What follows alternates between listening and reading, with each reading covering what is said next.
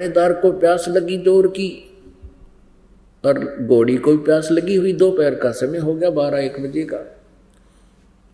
अब देखा कि किसान के खेत में पानी चल रहा है, तो दरोगा जी अपनी घोड़ी पर सवार यूं का यूं आया और उसने घोड़ी को पानी पीने के लिए, जहां वो रहट से पानी तुरंत गिर रहा था, वहां पीने के लिए थोड़ा सा जगह होती है, पानी थोड़ा रुक जाता है, वहां लेकर आया और उसकी चूं चूं को, उसमें जो चरचों की आवाज आ रही थी, उससे घोड़ी बेदक गई और 1 किलो 200 फुट जाकर डटी।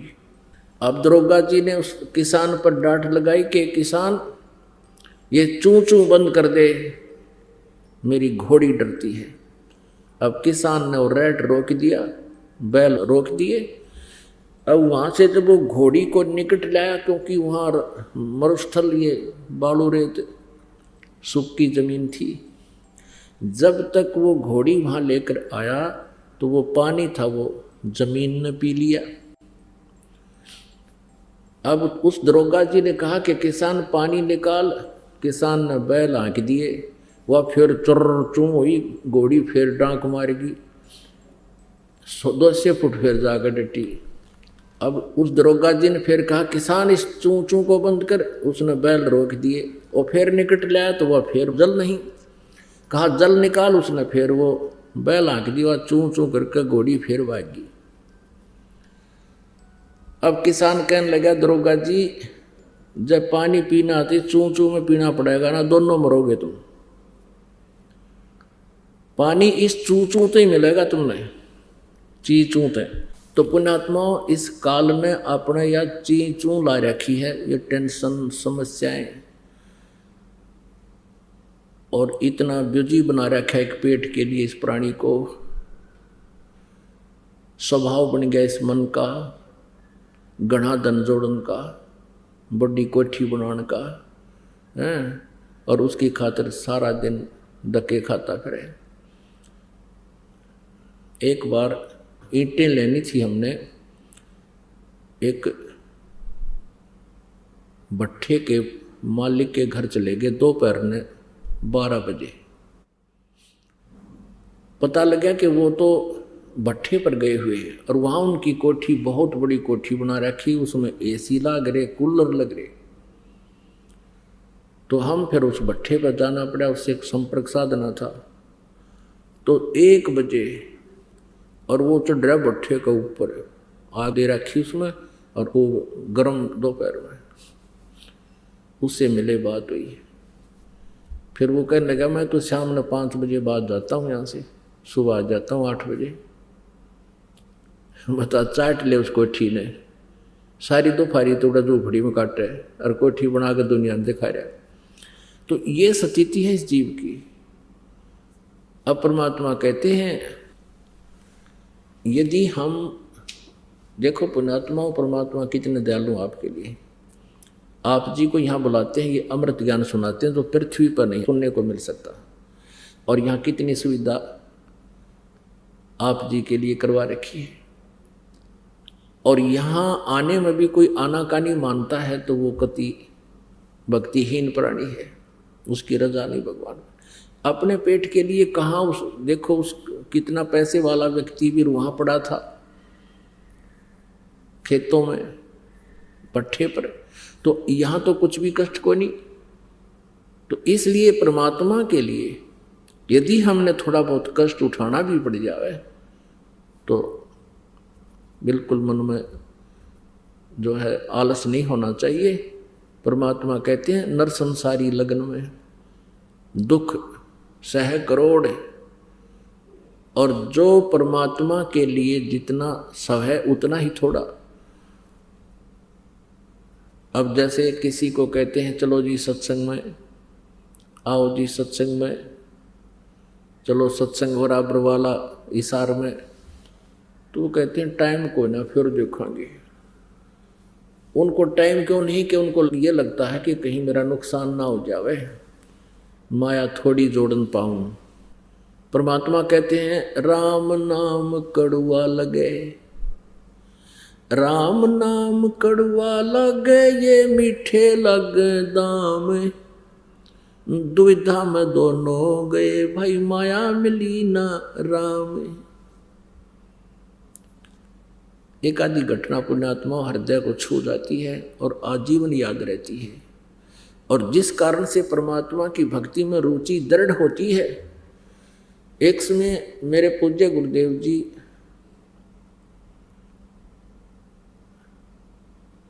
पंजाब के अंदर एक तलवंडी भाई कस्बा है,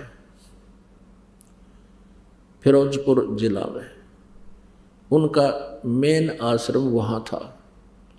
मोघा में भी था, खन्ना में भी था, लेकिन वो ज़्यादातर वहीं रहा करते थे। उसके बाद हमारे पूज्य गुरुदेव जी का जो वो तो सतलोक चले गए, उसके बाद इस दास को आदेश दे दिया था। उससे पहले ही 3 वर्ष पहले ही मुझे आदेश दे दिया था इस दास को उपदेश देने का और ये परमात्मा का गुणगान करने का।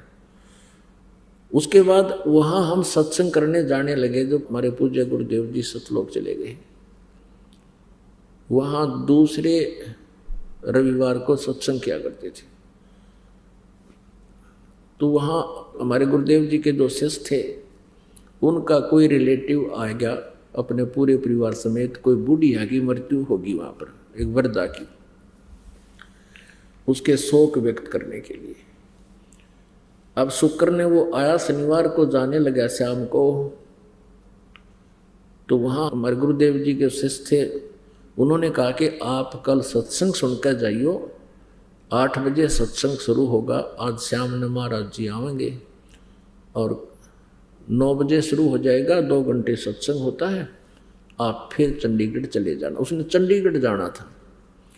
तो वो कहने लगा कि मुझे बहुत ज़रूरी कार्य है, एक पार्टी आवेगी जिससे मेरा एक एग्रीमेंट होना है।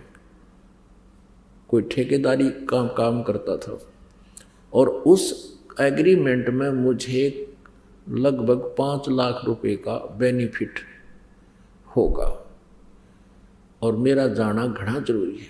तो उन्होंने कहा कि आप कल चले जाइयो, 11 बजे 12 बजे चलोगे तो 4 बजे तक पहुंच जाओगे। चंडीगढ़ कौन सा दूर है, गाड़ी आपके पास है। वो कहने लगा नहीं नहीं आपको नहीं पता, उनके आने के लिए मैंने पहले व्यवस्था करनी है, होटल बुक कराना है, ये करना है। अब वो माना नहीं। शनिवार शाम को वो चल पड़ा। अम्बाला के पास आकर के मारुति कार में पूरा परिवार था, 4 सदस्य थे, एक बेटा एक बेटी, दोनों है पति पत्नी। एक बजरी का लोड ट्रक खड़ा था, उसके पिछले 4 टायर निकाल रखे, पिछले और जैक लगा रखे। और उसने तो 5 लाख दिखे थे। नो चंडीगढ़ दन ईब पहुंच जा, स्पीड कर रखी। वो उसका माँ ठोक दी, नो की नहीं मारुति पिछली साइड थे। बजरी का लोडेड ट्रक था, वो जैक हट गया। पहले तो उस इतनी स्पीड से टकराते मर लिए होंगे, वो चारों के चारों मर गए और लोडेड ट्रक ऊपर पड़ गया, जैक हट गया। अब चाट ले उन 5 लाख रुपया ने। अब परमात्मा कहते हैं राम नाम कड़ुआ लागे, ये मीठे लागे दाम, और दुविधा में दोनों गए माया मिली ना राम। परमात्मा कहते हैं हमारी शरण में यदि प्राणी आ जाता है, सतगुरु शरण में आने से आई टले बुला, जय मस्तिष्क में सूली हो वो कांटे में टल जावे। परमात्मा की शरण में आने से यदि आपके भाग्य में आपकी मृत्यु होनी हो, तो पूर्ण संत परमेश्वर कबीर जी की शरण में आने से आपकी वो मृत्यु एक कांटा लाग कर टल जाए। यानी थोड़ी चोट में जान जानी हो, दुर्घटना होगी और हाथ में फ्रैक्चर हो गया या टांग टूट गई, कुछ भी ना होया, जान बची, 2 महीना में टांग ठीक हो जाएगी। एक समय एक नगर के बाहर आश्रम था। पुण्यात्माओं, परमात्मा कहते हैं गोता मारूं स्वर्ग में, जा बैठूं पाताले, कह कबीर ढूंढता फिरूं अपने हीरे मोती लाल। तो परमात्मा की 3 प्रकार की से शरीर सतिथि है। जैसे ऋग्वेद मंडल नंबर 9 सूक्त नंबर 1 के मंत्र नंबर 8 और 9 में कहा कि वो परमात्मा सबके पापों का हरण करने वाला और तेजो में शरीर को प्राप्त होता है। उसका बहुत सुंदर शरीर है और उस परमेश्वर की 3 सतिथि हैं शरीर की। एक तो सतलोक में है वो परमात्मा, वह स्थिर है, वो वहाँ स्थायी तौर पे वहाँ रहते हैं। तो वहाँ उनका शरीर 1 रोमकूप में करोड़ सूर्य करोड़ चंद्रमा मिला दे इतनी रोशनी सतपुरुष की सतलोक में है। इतनी शोभा है उस परमेश्वर की। और मनुष्य दृश्य हो परमात्मा। ये आज तक जितने भी पंथर में ऋषि ये जितने सतलोक के गुण गाने वाले राधा स्वामी धन धन सतगुरु ये तेरे सारे जो जय गुरुदेव वाले हैं ये सारे कति झूठा ज्ञान रखते हैं। परमात्मा को निराकार बताते हैं सतलोक में, वहाँ तो चेतन ही चेतन है, वहाँ पर परमात्मा है ही नहीं। और मोक्ष प्राप्त आत्मा सतलोक में निराकार परमात्मा में ऐसे समा जाती है जैसे बूंद समुद्र में। कोई बात हुई। अब किसी को कोई कहे कि चलो समुद्र में डूब कर मरांगे, होगा कोई तैयार? वहाँ भगवान है नहीं, आम के टिंडे लाएंगे वहाँ पर, फिर क्या करेंगे जाके? भगवान के लिए तड़पते फिरते हैं। मूर्ख बना रखा है इन्होंने, ये काल के दूत थे सारे। तो एक तो वो स्थिति है और दूसरी स्थिति ये है कि वो नवजात शिशु का रूप धारण करके एक युग में एक ऐसी लीला करता है जैसे बनारस में की सतयुग में परमात्मा कबीर जी ने। और धीरे धीरे बड़े होते हैं लीला में, शरीर में नवजात शिशु धारण करके आते हैं। फिर बड़े होकर के छोटे ही आयु से 5 वर्ष की आयु से ही बड़े बड़े विद्वानों के छक्के छुटा देते हैं और एक तत्वदर्शी संत की भूमिका स्वयं करते हैं और एक अच्छे नागरिक की भूमिका भी करते हैं, एक अच्छे भक्त की का रोल भी स्वयं ही करते हैं, तत्वदर्शी संत की भूमिका भी स्वयं करते हैं। और हमें उदाहरण छोड़कर जाते हैं कि ऐसे रहो, समर्पित रहो परमात्मा पर, ज़्यादा संग्रह संचन में समय व्यर्थ मत करो। ये दूसरी स्थिति। और तीसरी स्थिति जैसे धर्मदास जी साहब को आकर मिले ऋग्वेद मंडल नंबर 9 सूक्त नंबर 86 के मंत्र 26-27 में, ऋग्वेद मंडल नंबर 9 सूक्त 82 के मंत्र 1, 2, 3 में, ऋग्वेद मंडल नंबर 9 सूक्त 20 के मंत्र 1 में, ऋग्वेद मंडल नंबर 9 सूक्त 96 के 16 से लेकर 20 तक 21 तक, इन मंत्रों में विशेष रूप से ये कहा कि वो परमात्मा सतलोक में रहता है और वहाँ से गति करके आता है और अच्छी आत्माओं को मिलता है, अच्छी आत्माओं को, और उनको ज्ञान से परिपूर्ण करता है, यथार्थ ज्ञान देता है। तो वो परमात्मा ऐसी लीला कौन करते हैं? कबीर देव जी, कबीर साहब। वो कबीर साहब जी किन किन को मिले हैं? आदरणीय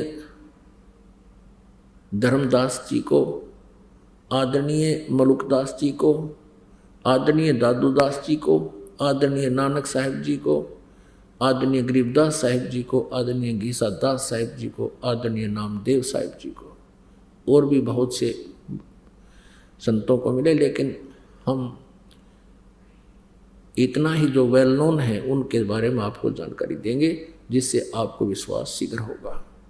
और इसके अतिरिक्त जब चाहे जहाँ परमात्मा आ जाते हैं। कुछ दिन किसी पहले क्या होता था कि ये गांव में नगरों में कहीं कहीं उनकी यादगार बनी हुई है और वहाँ के अक्षेत्र के व्यक्ति कहते थे यह एक साधु रहा करता था, उसने अपना भेद नहीं दिया, कहाँ से आया था, कहाँ का उनका जन्म था, कभी वो नहीं बताते थे। तो वो परमात्मा आते थे और भक्ति की स्थिति को बनाए रखने के लिए, परमात्मा में आस्था बनाए रखने के लिए परमात्मा कुछ समय आते रहते हैं, कुछ समय कहीं रह जाते हैं, कुछ समय कहीं रह जाते हैं। उस क्षेत्र में फिर भक्ति पनप जाती है, मालिक की आस्था बनी रहती है। और ये भगवान जो ब्रह्म है, ये काल ये चाहता है कि ये जीव नास्तिक हो जाए, इनको ऐसी साधना दी जाए जो साधना करते करते थक जाए, इन पर आपत्तियां आती रहें, ये नास्तिक हो जाए, भगवान को भूल जाओ। वर्तमान में ये सभी पंथ जो राधा स्वामी पंथ, धन धन सतगुरु सच्चा सौदा डेरा सिरसा वाला, जगमाल वाली आला, एक गंगुआ में लठगाड़ी रखे 600 मस्ताना, एक जय गुरुदेव, एक दिल्ली में कृपाल आश्रम, और ये हंसा देश वाले सतपाल जी, और ये जिसने बाल योगेश्वर कहे, ये सारे काल के दूत हैं, इनके पास भक्ति नहीं। और इनकी ऐसी दुर्गति हो रही है, इनके अनुयायियों की भी। और फिर ये क्या कहते हैं, भाई कर्म का दंड तो भोगना ही पड़ेगा। ये क्या कहते हैं कि जो प्रारब्ध में कर्म लिखा है वो तो भोगना ही पड़ेगा, इससे भगवान का कोई लेना देना नहीं। आप भक्ति करते रहो, आपका आगे सुख हो जाएगा अगले जीवन में। अब पुण्यात्माओं, दुख होता है पाप से और सुख होता है पुण्य से। आप जी के ऊपर जो आपदा आई है, आपत्ति आई है, वो आपके पाप कर्म से आई है। और कोई ये कहे कि ये तो तूने भोगना ही पड़ेगा, आगे भक्ति कर ले। अरे भले आदमियों, किसी के पैर में कांटा लग गया हो और उसको पीड़ा हो रही है और कांटा दिखाई ना देता हो और वो कहे कि मुझे बहुत पीड़ा हो रही है, कोई व्यक्ति उसके पैर को देखकर बताए कि तुझे कांटा लग गया है जिस कारण से तुम्हें ये पीड़ा हो रही है। अब उसका इलाज तो ये है कि वो कांटा निकल जाए, तो कांटा निकले तो पीड़ा बंद होगी। और कोई यूँ कहे कि कांटा तो लगा ही रहेगा, ये नहीं निकलेगा, जूता पहन ले, आगे कांटा नहीं लगेगा। कांटा लगे पैर में जूता पहना नहीं जा सकता। कांटा निकले, पीड़ा बंद हो, फिर जूता पहना जा। और फिर वो जूता कभी नहीं निकालेगा इस डर से कि कहीं फिर बिजली ना गिर जाए, ए भगवान कदे फिर कांटा ना लग जाए। तो पुण्यात्माओं, आज जिसके ऊपर आपत्ति आई है वो पाप कर्म रूपी कांटा लगा हुआ आपके, और ये कांटा निकाला जाएगा पहले आपका, और फिर आपको मर्यादा बताई जाएंगी कि ये मर्यादा नहीं तोड़ना, बीड़ी शराब मांस तम्बाकू रिश्वतखोरी चोरी जारी नहीं करना, और उपासना नहीं करना, ये मर्यादा है। और ये राम नाम का जाप साधना करना, ये फिर जूता दिया जाएगा आपको। और वो दुखी आत्मा जिसको ये सुख होगा, फिर ये राम नाम के जूते ने कभी नहीं निकालेगा इस डर से ये भगवान कहीं फिर वो कष्ट आपत्ति ना आ जाए। तो इस प्रकार तब ये भक्ति सफल होगी। अब जिन पुण्यात्माओं को ऐसा ऐसा सुख हुआ, मेरे पास इतनी चिट्ठी हो जाती है प्रत्येक सत्संग में, और फिर जब फुर्सत मिलती है पढ़ता हूँ, मेरी आंखों में आंसू आ जाती हैं। ऐसे ऐसे दुख थे इन प्राणियों पर, आज परमात्मा ने ऐसे सुखी कर दिए वो कुछ ही दिनों में। हे परमात्मा, हे दयालु, आपके बच्चे आपको ढूंढ रहे थे, लेकिन आपने आप ही आकर हमें ये बताया कि मैं कौन हूँ और कहाँ हूँ। हम अभी तक भटक रहे थे। अब फिर उन पुण्यात्माओं को जो कष्ट में थे आज सुख मिल गया। अब उनको जो मर्यादा बता दी गई वो मर्यादा नहीं तोड़ते।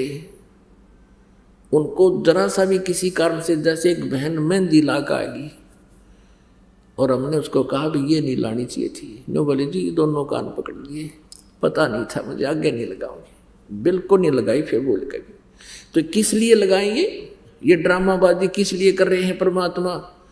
जैसे नानक साहिब जी कहते हैं, ना जाने काल की कर डारे किस विध डल जा पासा वे, और जिनाते सरते मौत खुड़क दी उन्होंने केड़ा हासा वे।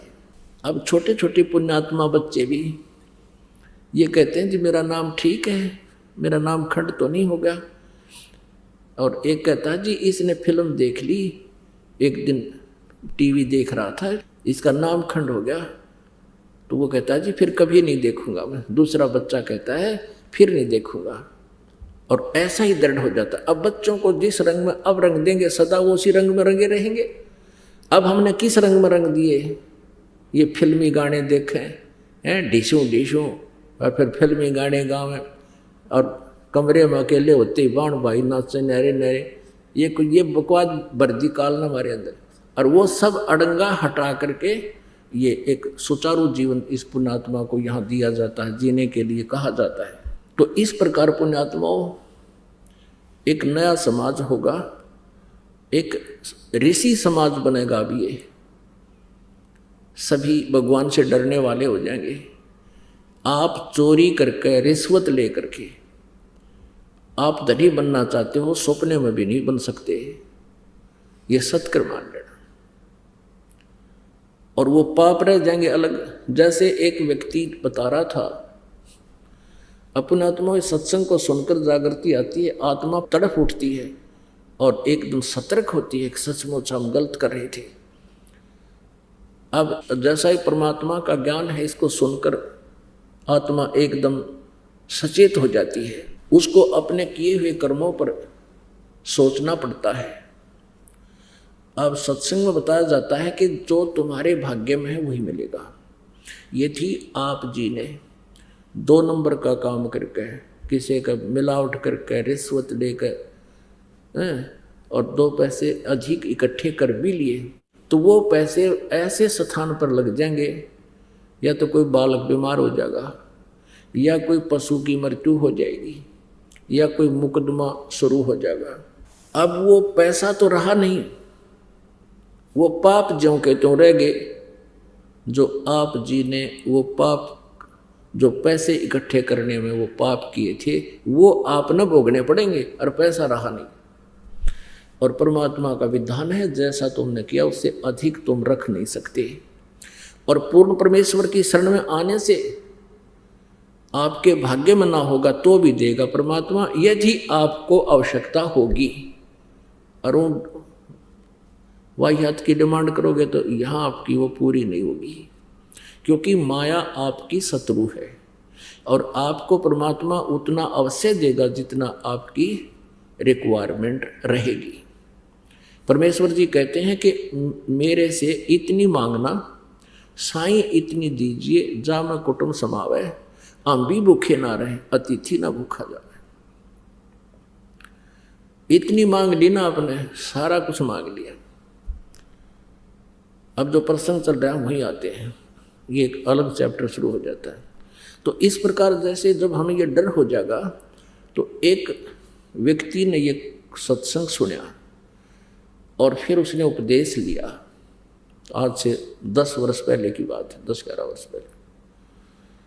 फिर उसने आप बीती बताई कि मेरा इकलौता पुत्र था और मेरा कुछ ऐसा काम था इस इलेक्ट्रॉनिक सिस्टम का। पहले ये घड़ी आया करती 10-10, 5-5 रुपए की, और बेचा करते 200-200 रुपये, 400-400, ये स्टार्ट हुई थी जो। और फिर कहा करता मेरे कैसेटों का, ये जो सोनी की कैसेट आया करती इसकी टेप की, सन 73-74 में, ये 75-76 में ये चले थे। तो उस समय कहता था सोनी की वो कैसेट तो 32 रुपये की होती थी। मैंने डुप्लीकेट सोनी बनाकर जो 2 रुपये में मेरे रिफल समेत पड़ा करती, मैं 32 रुपये में देता था। और वो किसी की चलती तो ना चलती, कोई टेप खराब हो गया, कोई टूटी रहती, ऊपर लेवल सोनी का था। कहने का भाव यूँ है कि मैंने खूब पैसा कमा लिया। इकलौता पुत्र था, वो बीमार हो गया। पहले तो लोकल डॉक्टरों से इलाज कराया, फिर झाड़े झपटे आड़े के, फिर फलाने मंदिर में जाओ, अमरनाथ पर माथा टेकवाया, फिर वहाँ धक्के खाए, सारा पैसा बहुत लग गया। लास्ट में फिर all India medical institute Delhi में चेक कराया, उसके दोनों किडनी फेल पाई। अब जैसे तैसे करके किसी रिश्तेदार ने अपने से वो गुर्दे गर्दा एक किडनी ट्रांसप्लांट करवाई, लड़का स्वस्थ हो गया। उसका 3 लाख रुपये, 3.5 लाख रुपये टोटल लग गए। यानी कर्जा और हो गया, जो कमाया था वो तो गया। और फिर भी सोची चल कोई बात नहीं, फिर कमा लेंगे। 6 महीने के बाद वो ही लड़का बस दुर्घटना में मृत्यु को प्राप्त हो गया। अब उसकी आंखों से आंसू नहीं सूख रही थी। जब उसने ये सत्संग सुना, कहने लगा जी मैं तो इतना पापी आत्मा था, मेरे तक कीड़े पड़ जाना सारे शरीर में, तो भी थोड़े हैं। परमात्मा के सत्संग से, ज्ञान से मेरी आंख खुल गई। और आंख न खुल गई, वह बीत चुकी थी। जय उसके पास ये सुख होता लड़का भी जीवित होता, कद्दे ना सुने हमारी बात ने, और ना उसका असर हो। तो यहाँ परमात्मा कहते हैं, हमें याद दिलाते हैं कि हे परमात्मा, आप ऐसे अर्ज करते रहना प्रभु से। परमात्मा अपने आप पे कह के हमारे लिए एक संकेत करते हैं कि परमात्मा से ये अर्ज करना कि सुख के माथे पत्थर पड़ो, जिस ते नाम हृदय से जा, और बलिहारी उस दुख के जो पल पल नाम रटावे। हे परमात्मा, ऐसा सुख भी ना देना जिससे आपकी याद ना आवे। हे प्रभु, इतना कष्ट देते रहना जिससे आपकी भूल ना पड़े। कहते हैं उस सुख का आग लगो जिस तो भगवान तो दूर हो जा पुरानी, और बलिहारी उस दुख का जो पल पल नाम रटावे।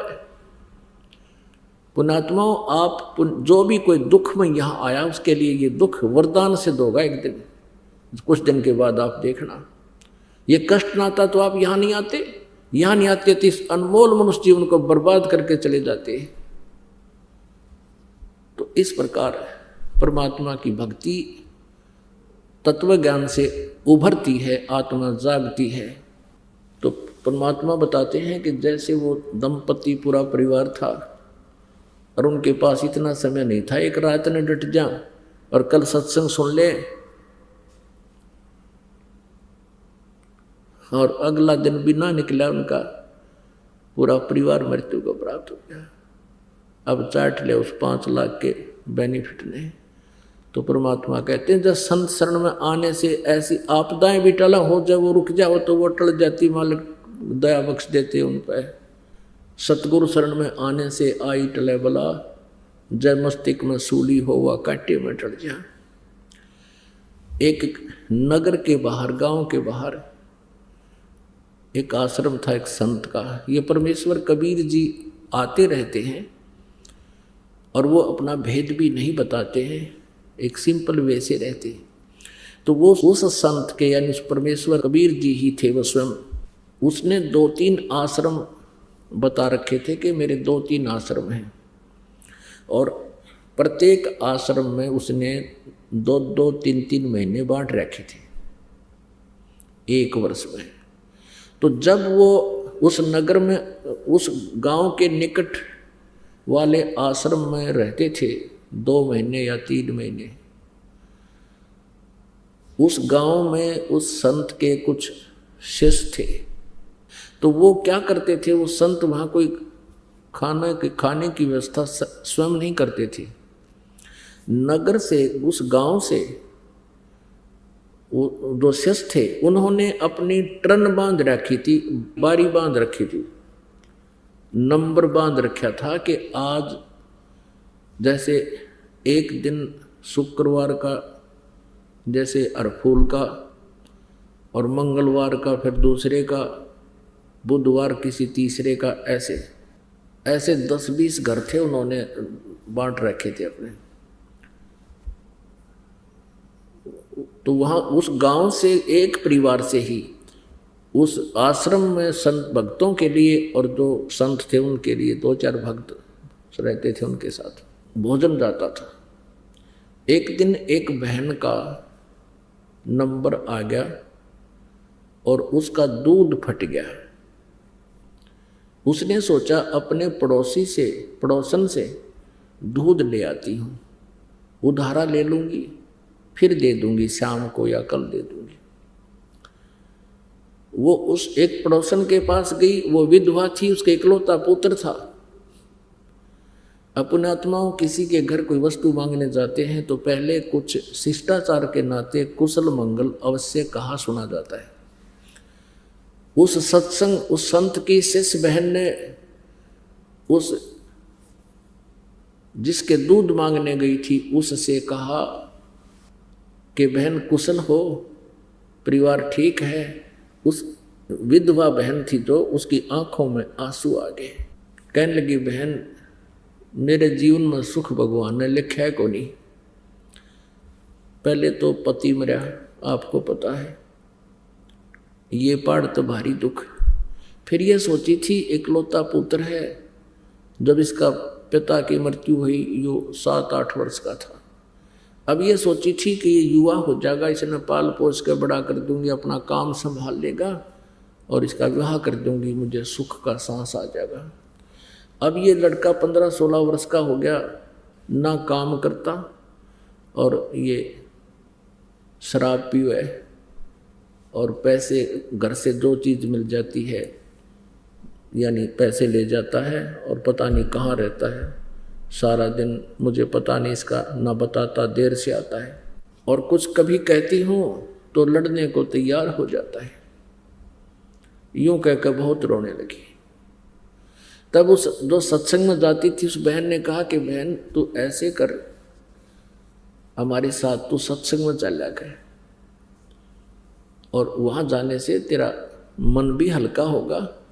आज सारा दिन यहाँ टेंशन में पड़ी रहती है, वहाँ परमात्मा की चर्चा सुनेगी, बतलावेगी, तेरा मन खुश होगा और परमात्मा की शरण में आने से बहुत लाभ हो जाता है। तेरे बेटे को भी परमात्मा ही सुधार सकता है। वो कहने लगी नहीं बहन, नहीं नहीं नहीं, ये एक और नया मुकदमा शुरू हो जाएगा। मैं विधवा हूँ और यदि मैं सत्संग में जान लगी तो ये मेरे आसपास के जो जेठ देवर ये ही ना जीण देंगे, 100 व्यंग कसेंगे, पता नहीं के बात बनाओगे। और तुम्हारे तो पति जीवित हैं, तुम्हें तो कोई कह नहीं सकता, मैं नहीं जा सकती। उसने चैप्टर क्लोज कर दिया। फिर उस बहन ने कहा कि बहन ऐसे ऐसे मैंने अपने गुरुदेव के लिए आज भंडारा देना था, मेरा दूध फट गया और आपके दूध है, मैं दूध लेने आई थी, ते उधारा दे दे, तेरा कल दे दूंगी। अब उस बहन को कैसी प्रेरणा हुई, तो वो दूध निकाल कर रखा ही था, वो सारा का सारा उसके पात्र में डाल दिया। अगले बहन ले जा। सत्संग में जाने वाली सत्संगिन बहन ने कहा कि कुछ तो रख ले बहन तो, कि ना इशारा ले ले, मेरा तो पाप में जाना सारा ही और मेरा भी भाग उदय हो जाएगा, साधु संत भक्त आहार करेंगे। अब क्या प्रेरणा हुई, ये कहते हैं करे करावे साइया मन में लहर उठा, दादू से दर जीव का वो आप बगल हो जा। अब वो बहन दूध ले आई, खीर बनाई और महात्मा को खिला दी, साधु भक्तों को, संतों को। अब वो ये सोचने पर विवश होगी कि मैं भी ऐसे सारा दूध नहीं दे सकती, मैं जबकि भगवान के चरणों में और भगत को आती हूँ। जिस प्रकार इस बहन ने समर्पित कर दिया, सब कुछ दे दिया, इसमें अवश्य जगह है परमात्मा की, इसका भूल पड़ेगी तो धीरे धीरे वह उसके पास जान लाएगी। और उस लड़की ने ये कह दिया था, बहन उदारा ना लूँ मैं, तू ले जा मेरे पास, ये तो मैं वैसे ही दूंगी। तो वो धीरे धीरे उसके पास जान लाएगी, भगवान की चर्चा सुना दे। कभी वह 10 मिनट सुने फिर उठ कर चली जाए, कोई काम लग जावे, क्योंकि कहते तुलसी पिछले पाप ते हरि चर्चा ना भावे, और जैसे जबर के बेगते या भूख विदा हो जाए। अब जिसके पाप करने बढ़ जाते हैं उसको राम नाम की चर्चा अच्छी नहीं लगती। जैसे जवर के रोगी को, जैसे मलेरिया के रोगी को रोटी भी कड़वी लगती है, मनुखा दाख भी कड़वी लगती है, वो कड़वी नहीं होती, लेकिन उस बुखार के उस जवर ने उसके शरीर की व्यवस्था को ऐसा बिगाड़ दिया कि मीठी चीज भी, मीठे पदार्थ भी कड़वे लग रहे हैं। ठीक इसी प्रकार जिनके पाप कर्म बढ़ जाते हैं उनको परमात्मा की चर्चा रूपी मनुखा दाख भी कुनीन जैसी कड़वी लगती है।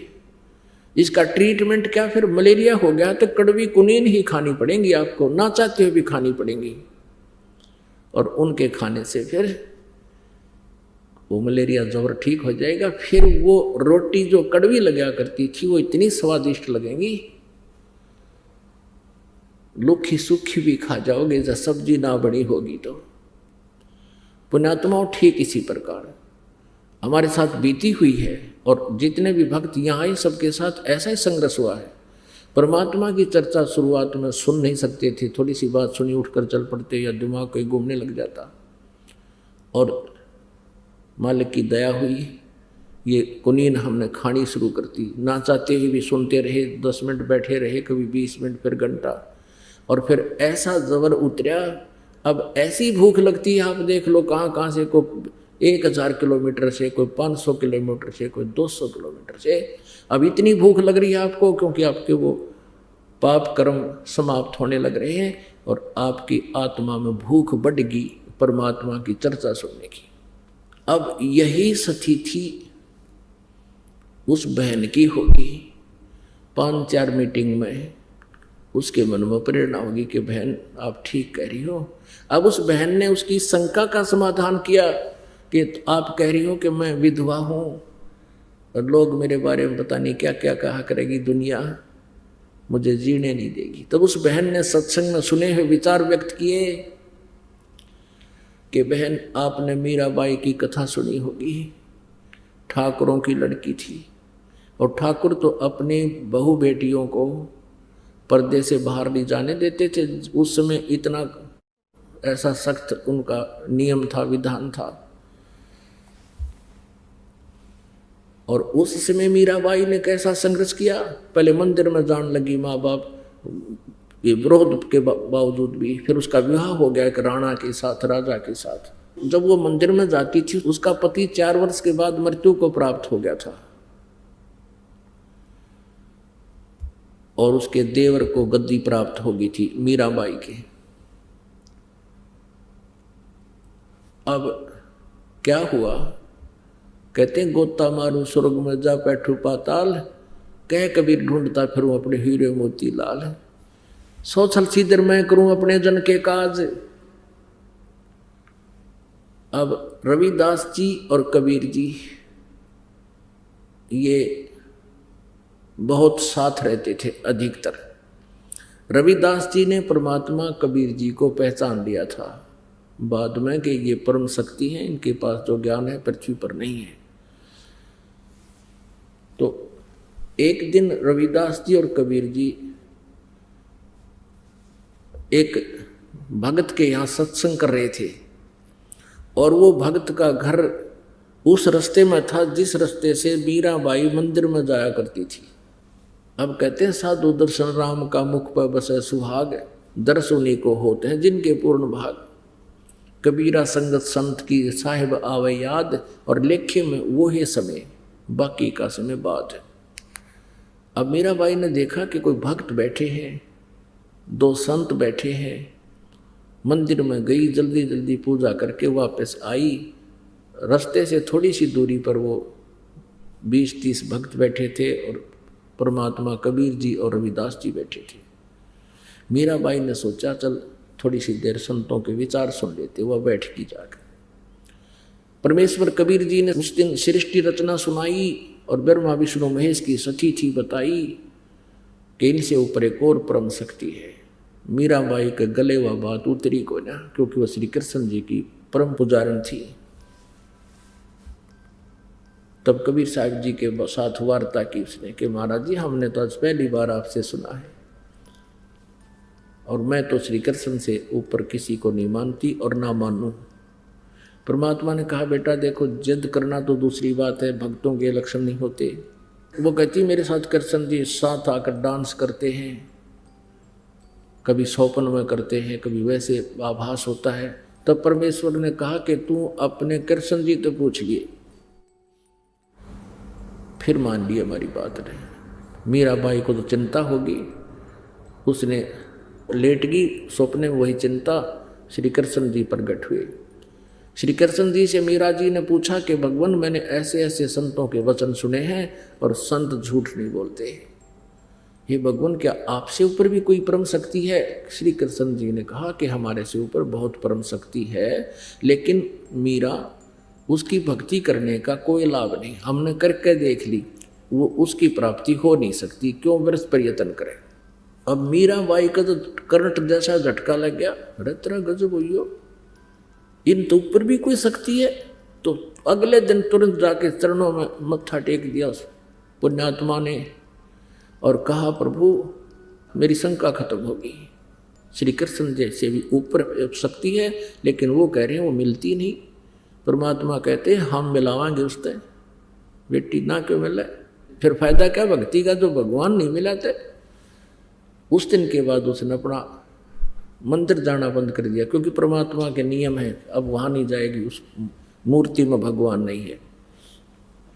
और जिसकी मूर्ति है वो मिलेगा जब बात बनेगी। जैसे एक सेब की मूर्ति रखी हो पत्थर की, चाहे किसी की, वो सेब की मूर्ति ये तो याद दिलाती है कि सेब के गुण क्या है। वो सेब ओरिजिनल मिला जब बात बने, उस मूर्ति वाली सेब से पेट नहीं भरे। कहने का भाव ये है कि मीराबाई ने कहा प्रभु मुझे उपदेश दे दो। अब वो ठाकुरों की लड़की, कबीर जी जुलाहा, रविदास जी चमार, अब संत काचा काम नहीं करते। परमेश्वर ने सोचा कि इसकी परीक्षा भी ले ले या कदे कल, क्योंकि कल को नाम लेने के बाद इसको लोग टोंट कसेंगे और यह नाम त्याग देगी तो इसकी दुर्गति दूनी हो जाएगी। क्योंकि गुरुजी का उपदेश लेने के बाद अपने गुरुजी के प्रति चाहे सारा संसार कुछ भी कहता रहे, उसके विषय में सुना नहीं करते। यानी नकली गुरु की तो और बात है, लेकिन और सही गुरु के जो वास्तविक में परम संत होते हैं उनके विषय में उपदेशी ने उपदेश लेने के बाद मन में दोष नहीं आने देना चाहिए, ना तो भक्ति समाप्त हो जाती है, नाम कट जाता है। इस उद्देश्य से परमात्मा ने सोचा इसने पक्का करके नाम देंगे, ना इसे नाम नहीं देंगे। परमेश्वर ने कहा कि रविदास जी से बता दिया था कि वो लड़की आवेगी, नाम लेने आवेगी कल, और आपके पास भेजूंगा मैं। उनका मालिक ने बना लिया था प्रोग्राम, और आप उनको उपदेश देना और पहले अपनी सतीथि बताना कि मैं चमार हूँ बेटी, और फिर देखना वो क्या कहेगी। मीराबाई आई, नाम के लिए कति दृढ़ प्रार्थना की। परमेश्वर ने कहा बहन जाओ बेटी, उस सामने बैठा उससे रविदास जी से नाम ले लो। अब वो उठ कर चली गई।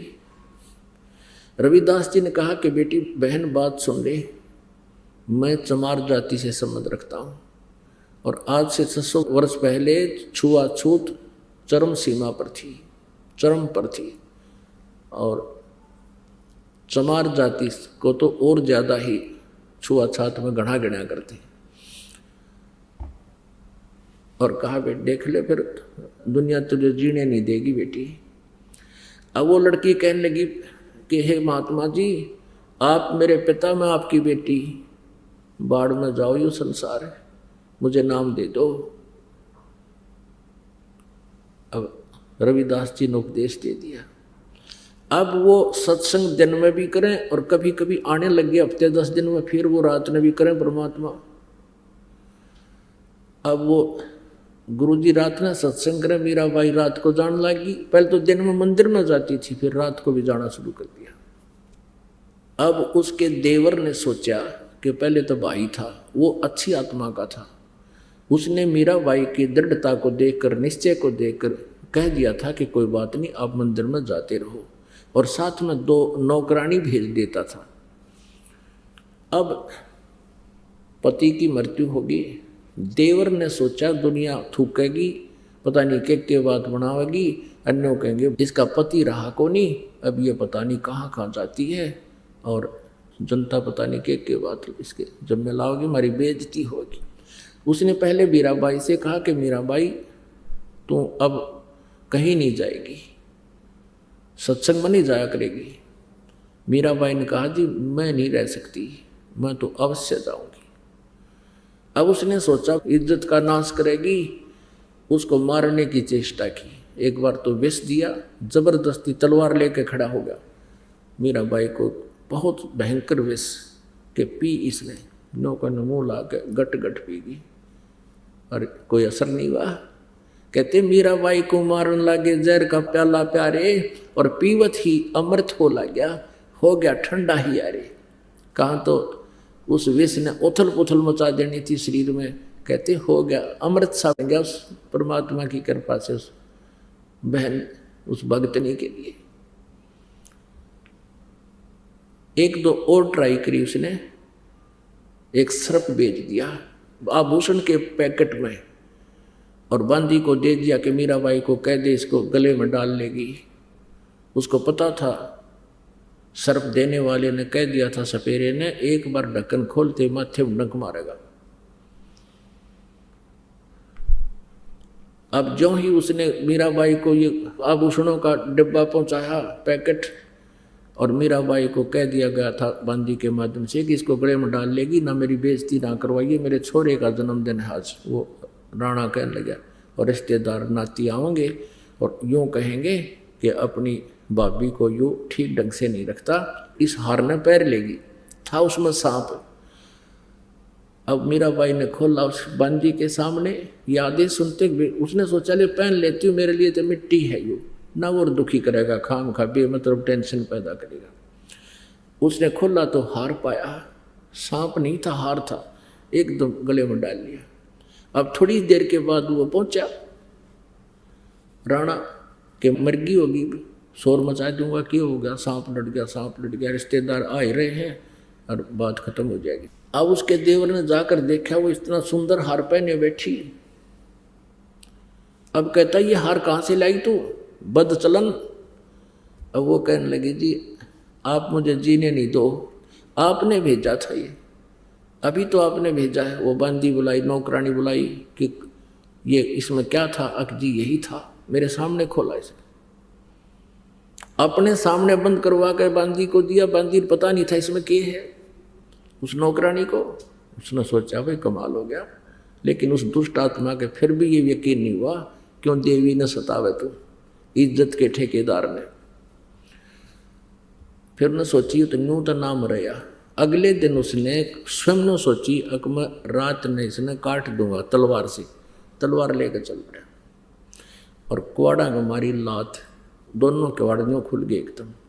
सामने इतना मोटा सर्प और इतना ऊंचा, एकदम उठकर उसके माथे की तरफ डंक मारना चाहा।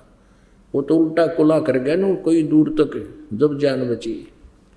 अब उसने सोची भाई या तो कौन मरा है, और इज्जत का नाश हो गया। तब उसने उसकी माँ को बुला लिया, उसको कहा कि मौसी तू समझा दे, इसने हमारा नाश कर दिया इज्जत का, या मानती नहीं। अब वो लड़की जो है वो बहन सत्संग में जाया करती थी, वो ये कथा उसको सुना रही है, उस विधवा बेटी को, बहन को, जिसका बेटा तंग करता था।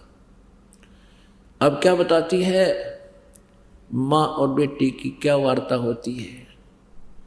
सत्संग में जाना मीरा छोड़ दे, सत्संग में जाना मीरा छोड़ दे, हाय मारी लोग करे तकरार, सत्संग में जाना मीरा छोड़ दे, हाय मारी लोग करे तकरार, सत्संग में जाना मीरा छोड़ दे, सत्संग में जाना मेरा ना छूटेरी, सत्संग में जाना मेरा ना छूटेरी, हारी चाहे जड़ कमरो संसार, सत्संग में जाना मेरा ना छूटेरी, हारी चाहे जड़ कमरो संसार, सत्संग में जाना मेरा ना छूटेरी,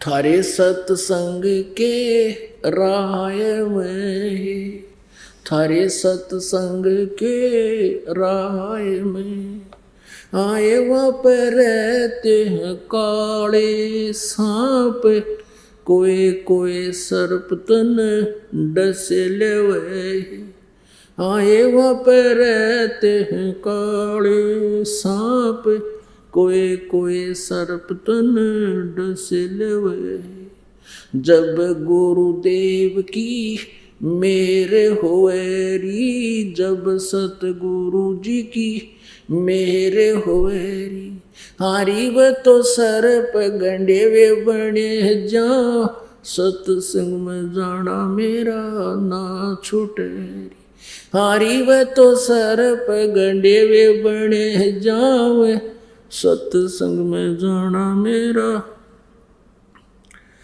ना छूटेरी। हारी चाहे जड़ के मरो संसार, सत्संग में जाना मेरा ना छूटेरी। हारी चाहे जड़ के मरो संसार, सत्संग में जाना मेरा ना छूटेरी। थारे सत्संग के राय में है, थारे सत्संग के राय में है। हाय वहाँ पर रहते हैं बबरी शेर, कोई कोई शेर तने खा लेवे। हाय वहाँ पर रहते हैं बबरी शेर, कोई कोई शेर तने खा लेवे। जब सतगुरु जी की मेरे होएरी, जब सतगुरु जी की मेरे होएरी। हारी व तो शेरा के गिदड़ बने जावे, सत्संग में जाना मेरा ना छूटेरी। हारी व तो शेरों के गिदड़ बने जावे, सत्संग में जाना मेरा ना छूटेरी। हारी चाहे जड़ के मरो संसार, सत्संग में जाना मेरा ना छूटेरी। थारे सत्संग के बीच में, थारे सत्संग के बीच में आए वहाँ पर रहते हैं साधु संत, कोई कोई संत तन ले रमे। आए वहाँ पर रहते हैं साधु संत, कोई कोई संत तन ले रमे। तेरे री मन में मता पाप है री, तेरे री मन में मता पाप है री। संत मेरे माँ बाप है री, संत मेरे माँ बाप है री। हारी ये तो कर देंगे बेड़ा पार, सत्संग में जाना मेरा ना छूटे। हारी ये तो कर देंगे बेड़ा पार, सत्संग में जाना मेरा ना छूटेरी। हारी चाहे जड़ कमरो संसार, सत्संग में जाना मेरा ना छूटे। सत्संग में जाना मेरा छोड़ दे, सत्संग में जाना मेरा छोड़ दे। हाय मारी लोग करें तकरार, सत्संग में जाना मेरा छोड़ दे। सत्संग में जाना मेरा ना छूटेरी, सत्संग में जाना मेरा ना छूटेरी। हारी चाहे जड़ कमरो संसार, सत्संग में जाना मेरा ना छूटेरी। वो तो जाति चमारे है, वो तो जाते चमारे है, इसमें हमारी आर है, इसमें हमारी आर है। तेरे लिख मता चमारे है री, वो तेरे लिख मता चमारे है री।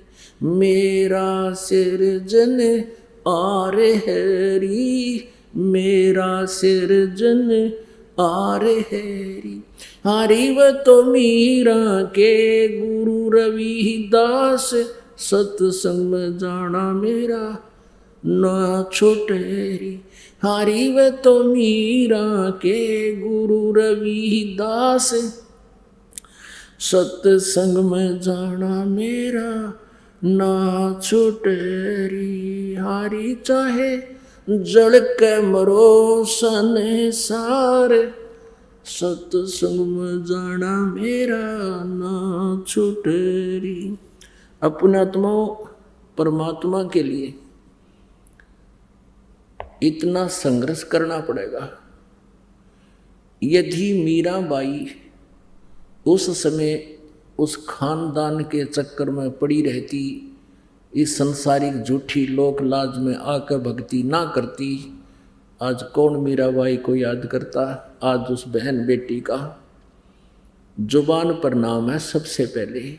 और जो इज्जत वाली बनी फिरें थी, ठेकेदार हो रहे थे हमारी इज्जत का नाश हो जाए, वो कुतिया बनी फिरे, वह इज्जत गली मान डाज। परमात्मा कहते हैं बीबी पड़दे रहे थी, डोडी लगे थी बार, इब गात उगाड़े फिरती हो बन कुतिया बाजार। नक बेसर नक पे बनी पैर थी हार हमेल, और सुंदरी से कुतिया बनी सुन साहिब के खेल। अब उस बहन का यह बात बहुत खटकेगी। और पुण्यात्मा होती हैं जब तक उनको ये ज्ञान नहीं सुनने को मिलता है तभी तक दबी रहती हैं। अब उसने उसी दिन कहा बहन मैं नाम लेकर आऊंगी, उसके साथ चलेगी। परमात्मा कबीर जी से यानी परमेश्वर से नाम लिया, संत से